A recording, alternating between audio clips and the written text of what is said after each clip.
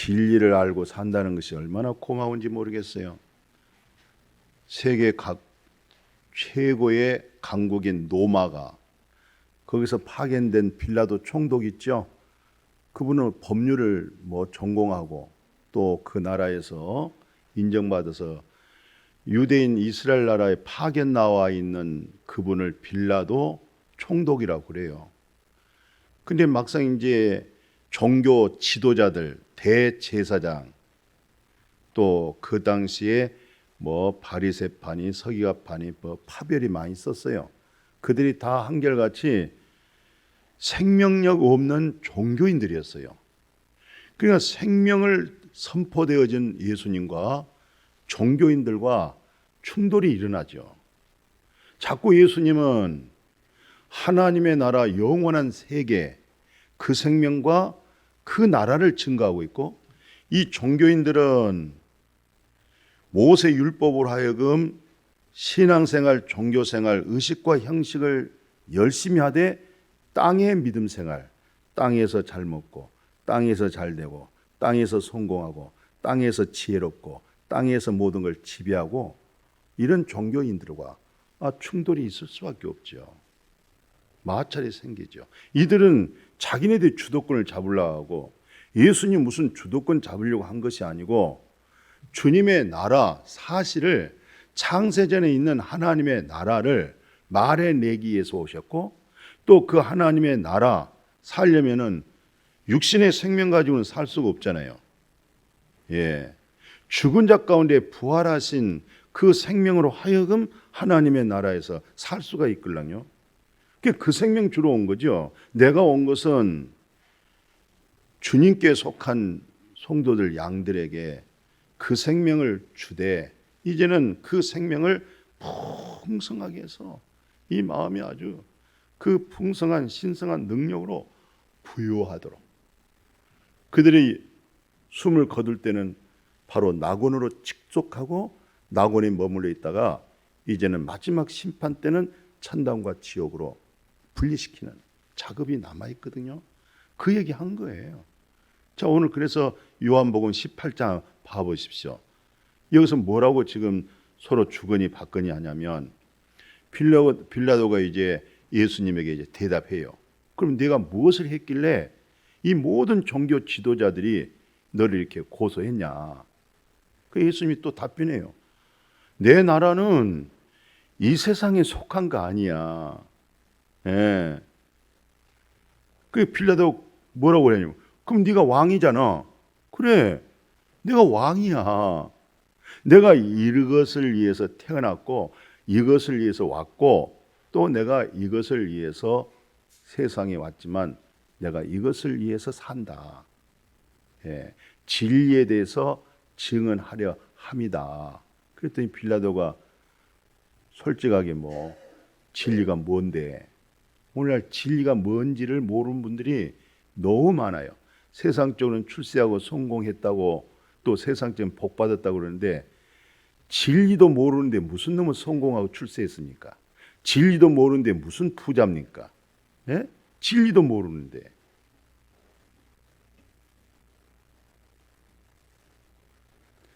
아무리 큰 권세고 아무리 큰 왕의 자리에 앉아 있고 아무리 세상에 부강한 경제의 왕국을 이뤘어도 진리가 모르는 상태라는 것은 무지한 상태고, 진리를 알지 못하면 그건 영원한 멸망입니다. 오죽했으면 예수님이 천하를 얻어도 진리를 알지 못하면, 생명을 얻지 못하면 아무것도 아니라는 거예요. 그 멸망하는 개나 돼지나 짐승과 같은 거예요.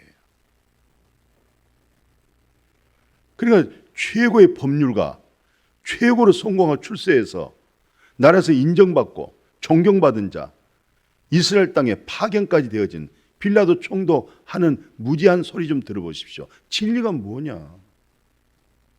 그런데 더 중요한 것은요, 예수님은 나는 진리를 위하여서 태어났다. 진리를 위해서 왔다. 그리고 내가 지금 살고 있는 것은 진리에 대한 사명감으로 살고 있다.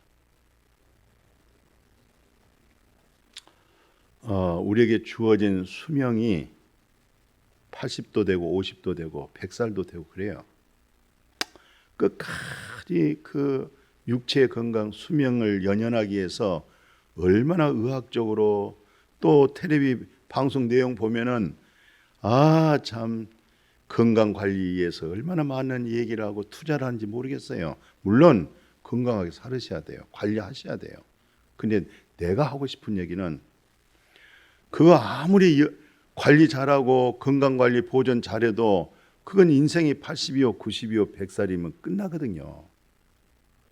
근데 성경에서 말씀하고 있는 진리라고 하는 것은 영원한 생명을 말씀하고 있고, 타 종교에서도 진리를 얘기한다고 하지만 진리라고 하는 것은 우주 만물을 창조하신 조물주, 창조자잖아요.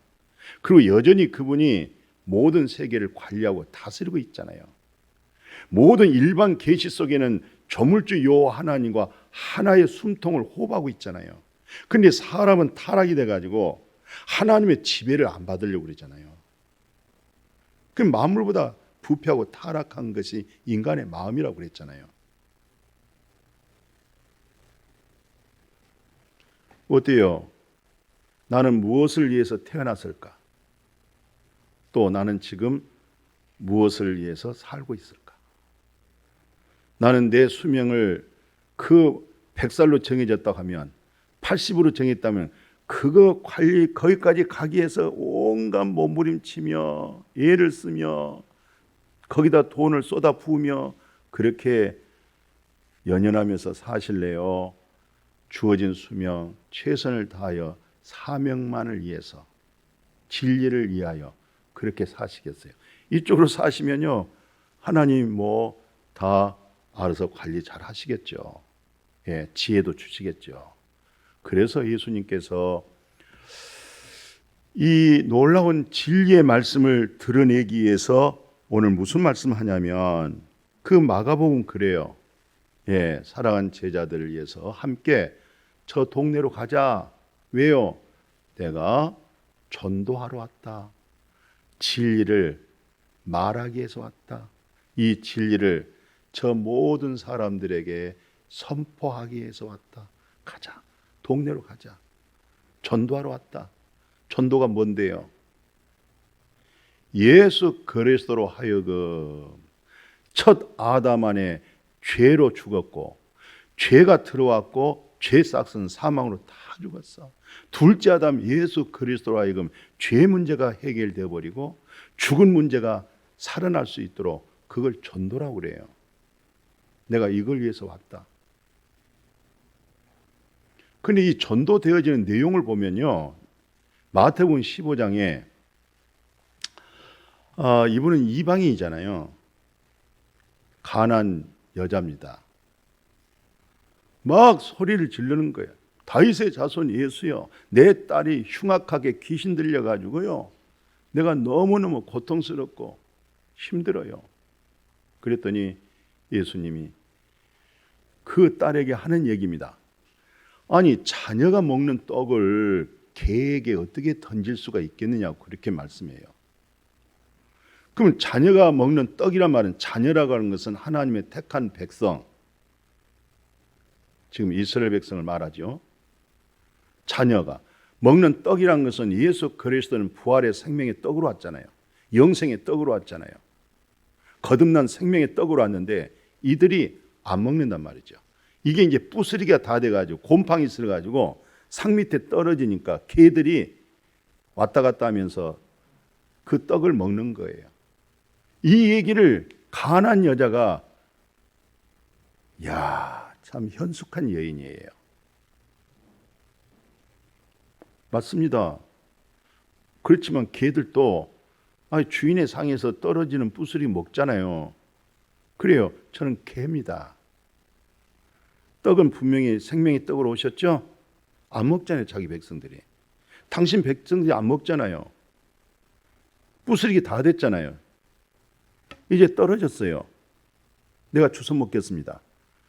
이 말을 들은 예수님이 뭐라고 선포한 줄 아세요? 야, 여자여, 내 믿음이 정말 크도다. 믿음이 크도다.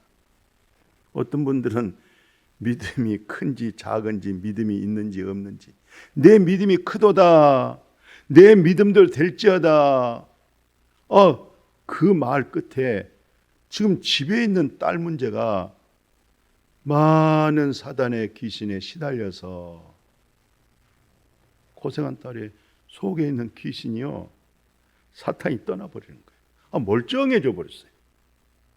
예, 오늘날 그리스도를 통해서 복음이 증거되어지면 이 어둠에 잡혀있던 것이 떠나고 하나님의 나라가 그 안에 거하게 될 줄로 믿습니다.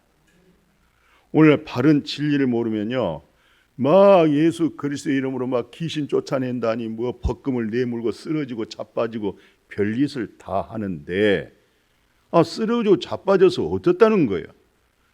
나중에 보면 또 멀쩡해가지고 옛날 또 그 모습인데, 그런 복음, 그러다가 이단된 사건이 얼마나 많은데,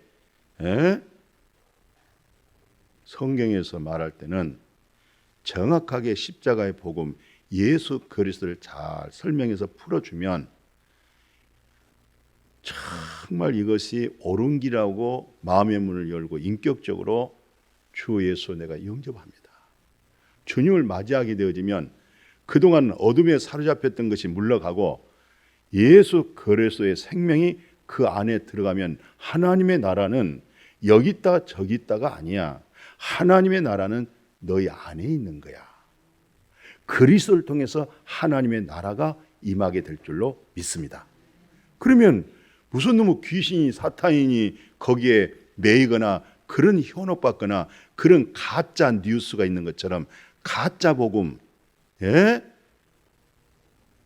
불법자들에게, 거짓 선지자들에게 미혹을 받고 거기에 목매어 가지고 거기에 매달릴 필요가 없는 거예요.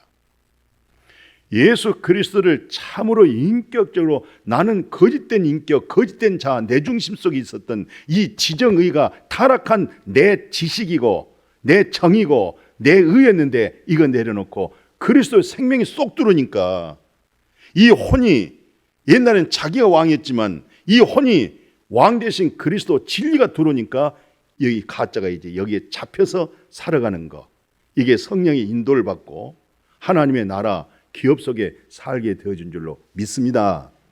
자, 이렇게 해서 명절 때, 오늘 우리 호산나 찬양 예루살렘에 입성하신 예수님의 명절 때에 갑자기 헬라 사람들이 예수님을 찾으러 온 거예요. 요한복음에 보니까 이분들은 거의 다 세상 지식, 지혜를 요구한 사람들이거든요. 그 소크라테스의 본상이 어디예요? 고린도죠. 그쪽 전체 큰 유럽 덩어리죠. 이분들은 엄청난 지식을 요구합니다. 지식과 인간적인 지혜를 추구한 사람들이에요. 예수 그리스도의 복음을 무시한 사람이고 없인 여긴 사람이고 받아들일 수 없는 사람들이에요.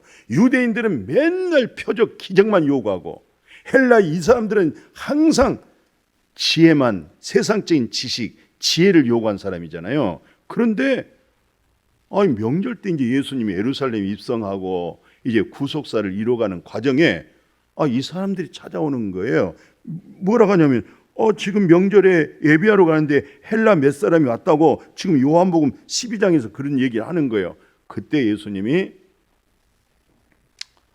때가 됐구나, 인자가 영광 얻을 때가 됐다, 이 말은 십자가의 죽음과 십자가 이전의 고난과 고통과 십자가의 죽음과 그 다음에 부활하신, 그게 이제 영광이 이루어진대 하면서 한 알의 밀이 비유로 얘기하는 거예요. 밀 한 씨앗 하나가 땅에 떨어져 죽지 아니하면 한 알 그냥 그대로 있지만 그 씨가 죽으면 그 씨 속에는 생명력이 있기 때문에 그 생명이 나와가지고 씨는 하나지만 그게 자라면은 열매가 많이 맺는다. 예수 그리스도께서 내가 한 알의 밀알로 왔기 때문에 내가 죽음으로 인해서 이제 죽고 부활함으로 인해서 생명의 씨가 부활로 나옴으로 인해서 거기에 이제 많은 열매가 맺는다. 이런 말들을 그 당시는 아마 알아듣기가 좀 어려웠을 거예요. 이 사건을 통해서 우리는 성경을 보는 관점이 구약 39권과 예수님의 공생의 마태, 마가, 누가, 요한복음 네 복음과 예수님이 십자가에 죽고 부활하고 승천해서 보혜사 성령이 온 사도행전 이후에 교회사 속에 있는 이 3단계를 여러분들이 우리는 그걸 분별해야 됩니다. 구약이라는 것은 오실 예수 그리스도의 예표, 그림자란 말이죠. 그러면 예수님이 오셨어요. 한 예로 시간이 없습니다마는 이스라엘 백성들을 애굽 땅에 인도해서 하나님이 함께한다는 그 인식, 훈련을 뭘로 했어요? 성막으로 하여금. 그 다음에 이스라엘 백성이 광야 생활 끝나고 이제 왕국 정치가 이루어졌어요. 그래서 다윗 왕 솔로몬을 통해 뭘 지었습니까? 예루살렘 성전을 지었어요. 예루살렘 성전 지은 목적이 뭡니까? 구약에 있는 성막을 모셔놓기 위해서 예루살렘 성전을 지은 거예요. 근데 예수님께서 오셔서 이제 오셨어요. 이건 구약의 내용을 얘기했던 거예요. 예수님 오셔서 이 구약에 있는 예루살렘 성전을 헐어버리라고 그랬또. 그럼 이게 왜 허냐? 46년 동안 세운 이 성전을 헐어라. 3일 만에 세우리라. 그럼 뭘 그러냐? 내가 성전이잖아. 내가 왔잖아. 이건 다 나의 모형이고 그림자야. 이제 헐어버려. 얼마나 어마어마한 역사를 그냥 몇 마디 속에 그냥 확 무너져 버린 거 이제 개혁이 되어 버린 거예요. 그러시더니 또 예수 그리스도의 참된 새 예루살렘 그 성전이 이제는 어떻게 이제 성령이 와서 어떻게 변화가 왔느냐? 또 사도 바울 선생님은 새로운 개혁을 얘기하는 거예요. 성전이라는 것은 삼일째 하나님이 당신 안에 계신 당신이 성전이야. 할렐루야. 이렇게 변화가 오기 시작한 거예요. 그런데 아직도 이런 부분에 말씀이 열리지 않으면 항상 여기에 매여 있고 여기에 지금 매여 있고 이러면 믿음이 참 그건 살아있는 믿음이라고 볼 수가 없겠죠. 또 이런 말씀을 알아듣기가 또 쉽지는 않겠어요. 이 정도로 지금 개혁되어 가지고 변화가 왔는데 예를 들어서 그렇다 이 말이죠. 거의 다 이런 부분입니다. 지금 내용들이. 그러니까 옛날처럼 막 성전을 막 수백억 수천억을 들여서 화려하게 하니까 사람들이 거기에 끄뻑끄뻑 하잖아요. 마침 하나님은 거기만 계신 줄 알고 다 헐어버려라. 하나님은 네 속에 있는 것이고 주의 나라가 네 속에 있는 거야. 귀신이 나가고 마귀가 떠나버린 거야. 아멘. 이런 엄청난 개혁 속에서 그러니까 이런 변화가 세상 앞서가는데 이런 믿음을 가지고 있으면 이방인들이 세상 사람들이 그거 그다지 그렇게 호감 갖지 않습니다. 세상 지식과 지혜가 너무 앞서가 있기 때문에 그렇습니다. 우리는 더 성령님 하여금 더 그들보다 앞서가고 외로 우리가 그들을 견인해야 되고 우리가 그들을 더 지혜로운 말로 모든 것을 관리해 줘야 되는데 외로 그들에게 지배를 받는단 말이죠. 지금 이거 얼마나 안타까운 일이에요.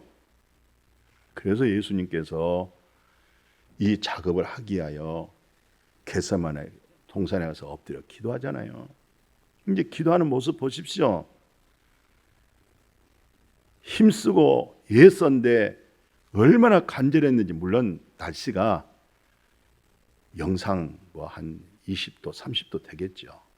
그래도 저녁에 간절히 기도하다 보니 땀이 막 범벅됐는데 땅에 떨어지는데 그 땀방울이 마침 핏방울처럼. 왜 그랬을까요? 예수님은요 100% 인간입니다. 그런데 예수님은요 100% 하나님이에요. 속에 있는 하나님은 영이시잖아요. 그 영 대신 하나님이 성육신 되어진 거.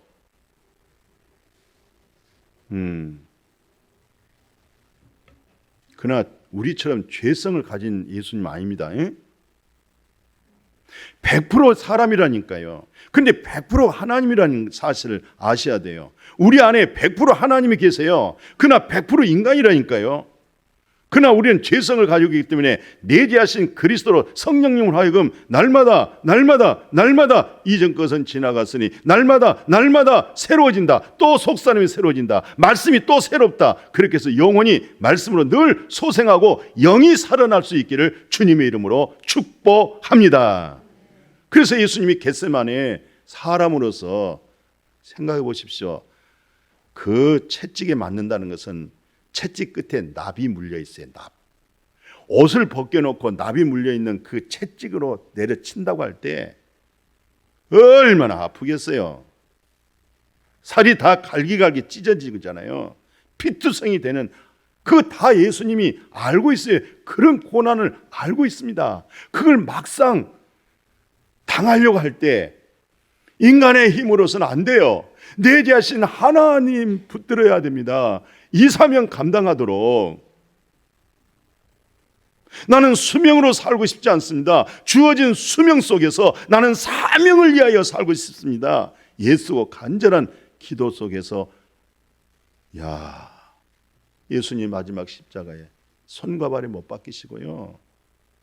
이번 주가 그 종료주일이 바로 그 주간입니다. 그리고 마지막 숨이 끊어지기 전에 하신 얘기입니다. 나의 하나님, 왜 나 버리셨어요? 너는 세상 죄를 지고 가는 하나님의 어린 양이잖아. 너는 죄를 담당해서 죄값으로 죽어 버려지는 거야.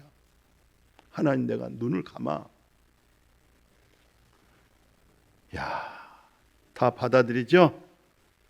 예수님께서 다 이뤘다. 율법 온전케 하고 선지자들의 예언을 온전케 다 이루셨다.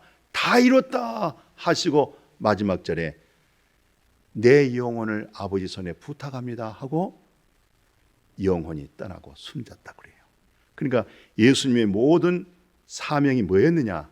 예수님의 모든 수고가 어떤 수고였느냐? 영혼 구원시키는 사명자, 영혼 생명 주는 사명자. 오늘 여러분과 저도 영혼 구원받고 영혼 구원시키는 복음 전하는 사명자 되어지기를 축복해요.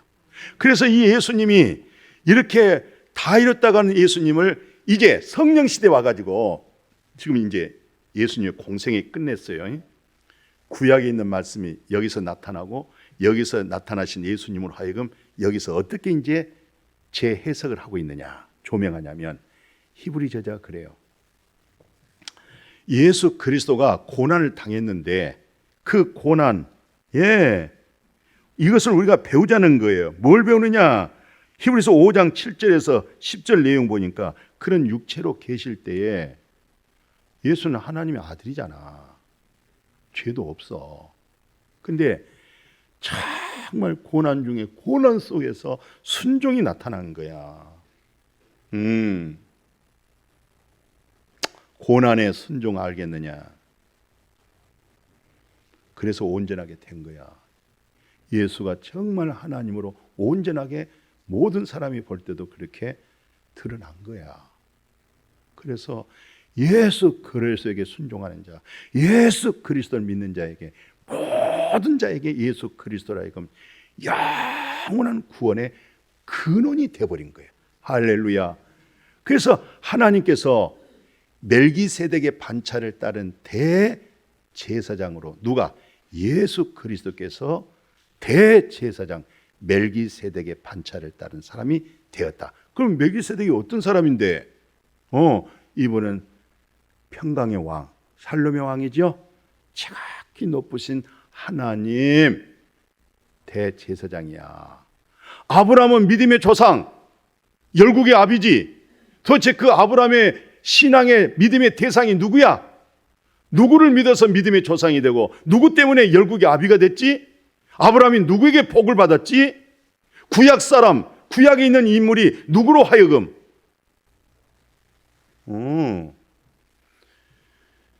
바로 아브라함은 예수 그리스도로 인해서 그 믿음을 믿음의 조상이라고 그래. 예수 그리스도의 그 믿음을 통해서 그 나라가 이루어지는 거야. 그래서 멜기세덱의 뜻은 의의 왕이고 평강의 왕인데 예수 그리스도에서 의가 되어버리고 의인이 되어버리고 예수 그리스도 안에 있는 생명을 얻어서 평강을 얻는 거야. 이게 바로 여기서 이제 구약과 신약의 예수님의 공생에 있는 내용을 여기서 다 조명하고 끝내는 거예요. 이렇게 하면서 이제 오늘 우리에게 도전을 합니다. 뭐라고 말씀하냐면 밑에 이 마음을 품으라고 그래. 이제 빌립보서 2장에서 이제 너희의 이 마음이 있는데 마음은 하나인데 이런 마음을 가지라는 거. 무슨 마음을 가져야 하나님께 정말 합당한 마음이다. 예수 그리스도의 마음을 가지라는 거예요. 그 예수 그리스도의 마음이 뭔데요? 그때 예수 그리스도는 근본 하나님의 본체잖아. 근본 하나님이잖아. 그때서 하나님이라고 하는 그런 능력과 권세로 잘 먹고 잘 살고 성공하고 출세하고 그런 모습이 아니었고 하나님과 동등하게 취하지 않고 죽기까지 복종인데 곧 십자가의 죽음의 자리까지 내려간 거야. 그럼 기독교의 본질이 뭐냐? 내 옛 자, 지, 정, 의를 가지고 내 중심, 내 생각 속에 있고 내 판단 속에 있었던 이 모든 것을 십자가에서 죽고 죄가 끝나면서 거룩한 성령이 쏙 들어오니까 이제는 성령의 거룩함으로 타락한 지정의에 그동안 내 육체를 지배하고 네가 살았지만 네가 주인했지만은 이 영이 들어오니까 이 영으로 얘가 지배를 당하는 거지. 이게 내 생각, 내 의지, 내 감정이 진리의 성령 하나님을 하여금 지정의로 새로지기 시작한 거예요.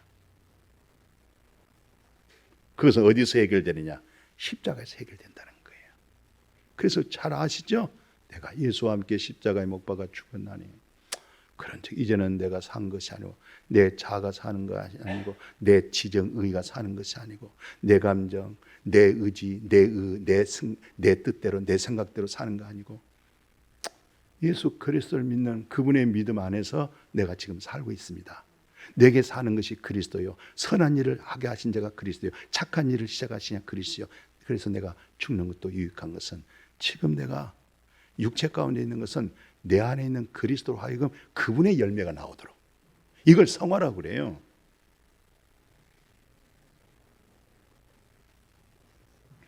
자, 이렇게 내용을 가지고 구약에는 그럼 어떻게 이 사명을 감당했냐? 구약에 있는 인물들을 많은 대선지자, 소선지자, 대선지자라고 하는 것은 뭐 에스겔이 굉장히 두꺼워요. 이사야도 굉장히 두꺼워요.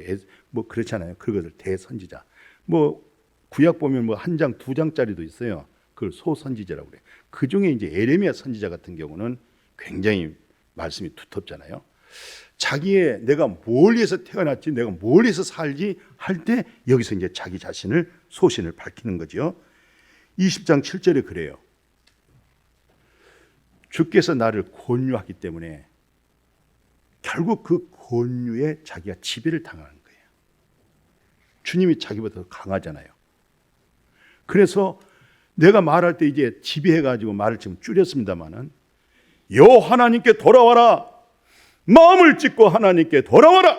그렇지 않으면 너는 결론은 파멸이고 멸망이다. 이렇게 선포했더니 이 말씀을 들은 사람들이 야 에레미야 얼마나 핍박이 많아하고 감옥에다 집어넣고 구덩이에다 집어넣어버리고 그러니까 말씀 때문에 너무너무 고난이 심했던 거예요. 그래서 이제는 내가 다시는 여호와 하나님 이름 말 안 할게요. 여호와 하나님 말씀 받아가지고 말씀 선포 안 할래요.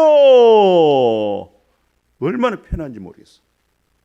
누구한테 가서 예수 믿으세요 이런 말도 안 하고 그냥 내일 내가 성실하게 살고 그냥 주일날 교회나 그냥 가고 어느 누구에게 예수 믿을 말 안 해. 그냥 말하면 또 부딪히고 말하면 또 어떤 뭐 서로 어떤 이질감 여러 가지 갈등이 올 수 있지 않겠어요. 그러니까 아예 말 안 해버려. 그냥 나 혼자 그냥 믿는 거야. 나 혼자. 에레미야가 나 혼자 믿겠습니다. 하나님 말씀으로 그렇게 저에게 계시하지만 안 하겠습니다. 내가 너무너무 견딜 수가 없습니다. 못 감당하겠습니다. 얼마나 편안한지.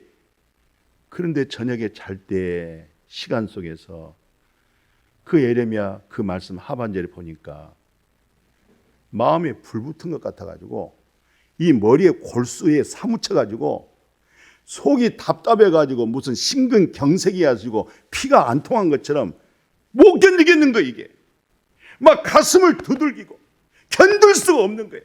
내가 이 말씀을 선포하지 않으면 내가 살 수가 없다. 심근경색, 심장이 3개가 있는데 다 막혀버렸다.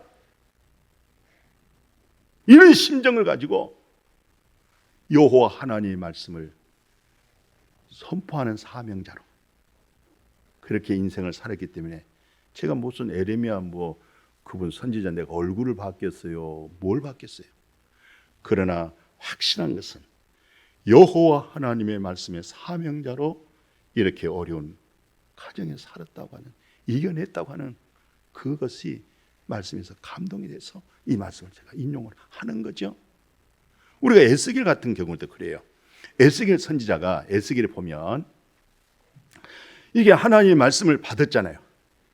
근데 말씀을 받았다고 보는데 이스라엘 백성 족속들은 마음이 굉장히 굳어져 있어요.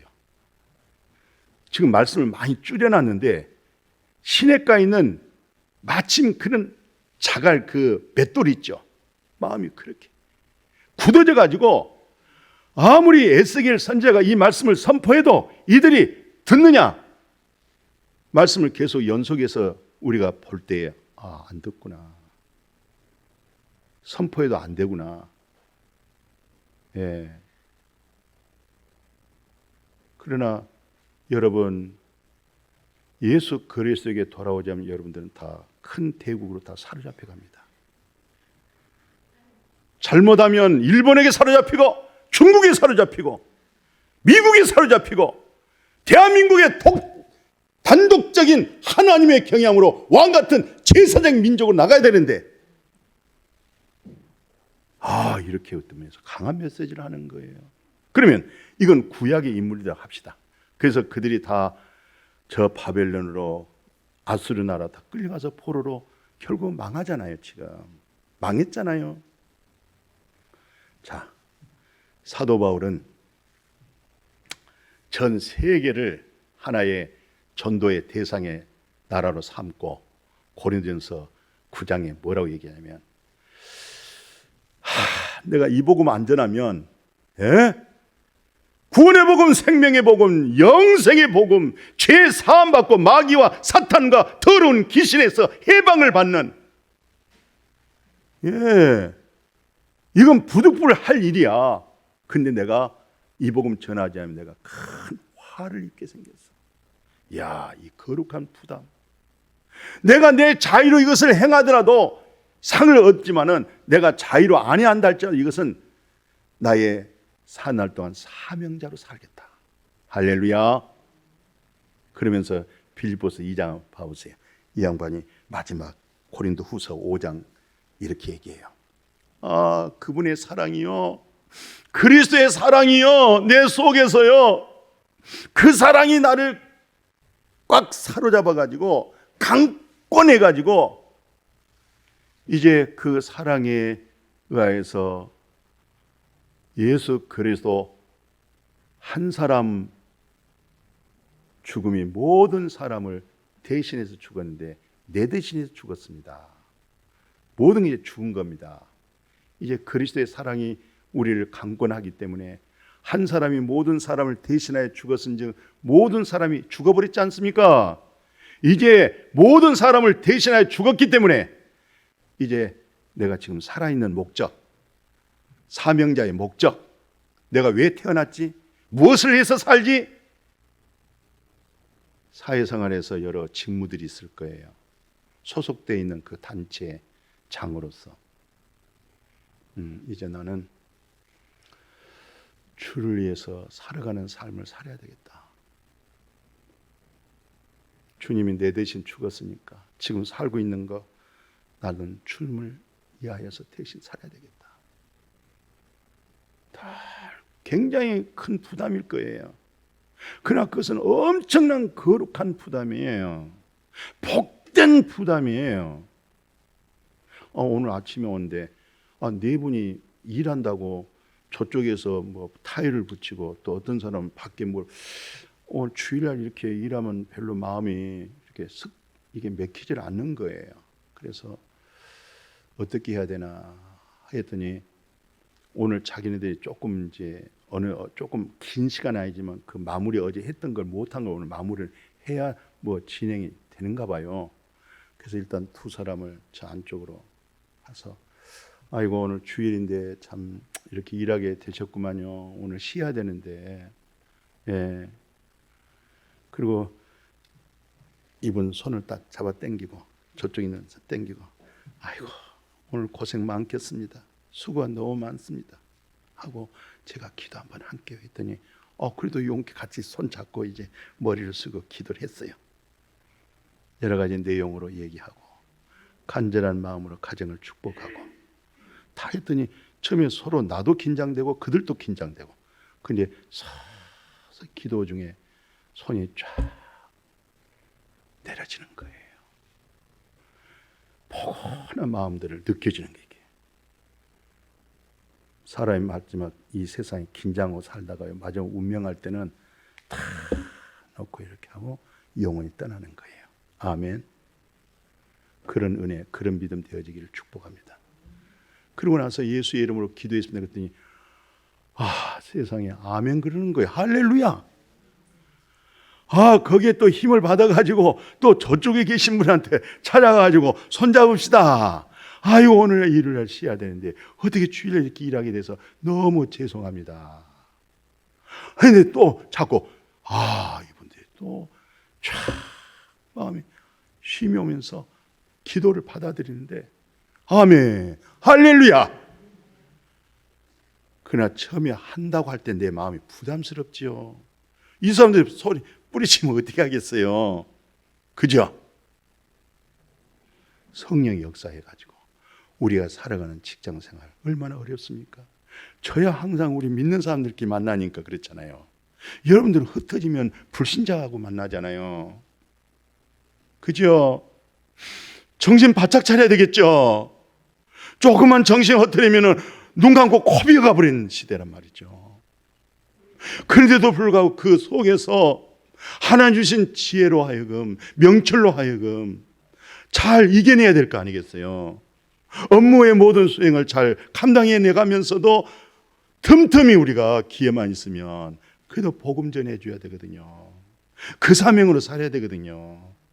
내일만 충실하고 돈만 벌어서 먹고 살다가 죽으면 뭐 하겠어요?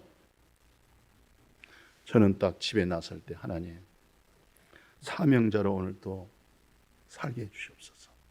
설교할 때도 오늘 다 목사님들이 설교하지만 저 같은 경우는 율법 아래 있는 자를 속량하시고 율법의 저주 아래 있는 자를 속량하시고 아들의 명분을 얻게 하심이라.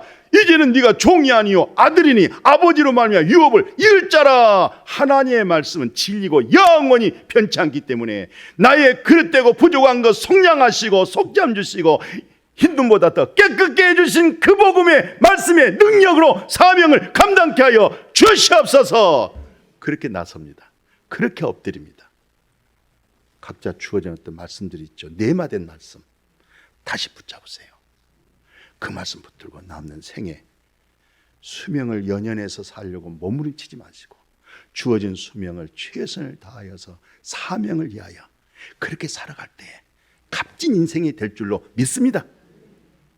그래서 하나님 앞에 영광 돌리고 그래서 후손들에게 우리 아버지는 우리 어머니는 우리 할머니 할아버지는 정말 복음을 위하여 사명을 위해서 살아갔다고 그렇게 남겨지기를 주의 이름으로 축복합니다. 하나님 아버지 감사합니다. 복음의 시작 이를 위하여 복음을 위하여 십자가의 복음을 위하여 예수님이 오셨고 진리를 위하여 오셨고 진리의 복음의 사명을 위하여 끝내 우리에게 죽고 부활함으로 진리의 생명 진리의 거듭남 진리의 주의 나라 우리에게 회복해 주시고 우리에게 임하게 해주신 것 감사함을 드려나이다. 우리도 진리의 사명 복음의 사명 빚진 자로서 그 사랑 증가하는 우리 모두가 우리의 생애가 되도록 축복하여 주시옵소서. 예수님의 이름으로 기도드렸습니다. 아멘.